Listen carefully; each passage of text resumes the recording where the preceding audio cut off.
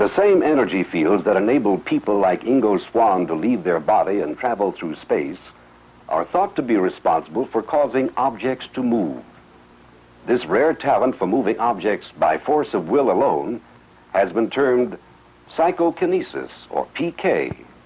Ninel Kulagina is a Russian housewife who has this ability. These films of her demonstrating PK were made in a Russian hotel room and smuggled out of the country by American researchers. She gets the object moving with gestures of her hands or by fixating the object with nothing more than her eyes.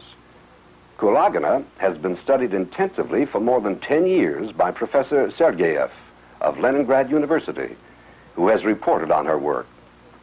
These films and demonstrations are subjects of unending controversy. Is she a sensitive or a charlatan? According to those present at these demonstrations, it sometimes takes Mrs. Kulagina 2 to 4 hours to rev up her supernormal powers. Her pulse races to 250 beats a minute. She loses up to 3 pounds after a demonstration of psychokinesis. Edward Naumov is a Soviet researcher sitting to the left of Ninel Kulagina. He reports she was actually much sicker than she looks in the film. The strain on her heart was so great we had to stop the camera several times. It took us over 7 hours to make the film, and afterward she temporarily could not speak or see. For days after doing the tests, her arms and legs hurt. She felt dizzy and could not sleep. She described a sensation that usually heralds success, a sensation like that of a hot stream of energy traveling from the base of her spine up to the back of her neck and remaining there as if waiting for her to direct it.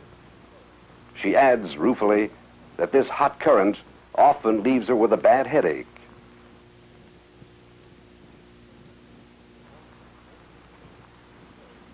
According to the Soviet view, PK is not accomplished by mind over matter, but rather by mind over force field. The Soviets claim they've already devised machines that create magnetic and other kinds of artificial fields that increase psychic powers, particularly telepathy and PK.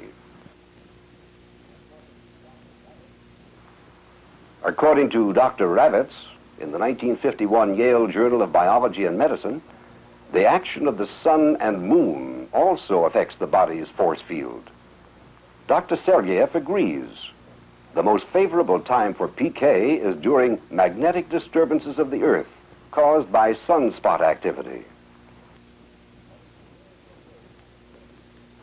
What is beginning to emerge is a new picture of the human being, not an alienated creature, but a being enmeshed in an ebb and flow with everyone and everything around him. The pulsing magnetic fields of machines, Earth, moon, sun, the thoughts and emotions of ourselves and other people all affect the energy fields of our bodies, and in turn, the Russians say, our psychic powers.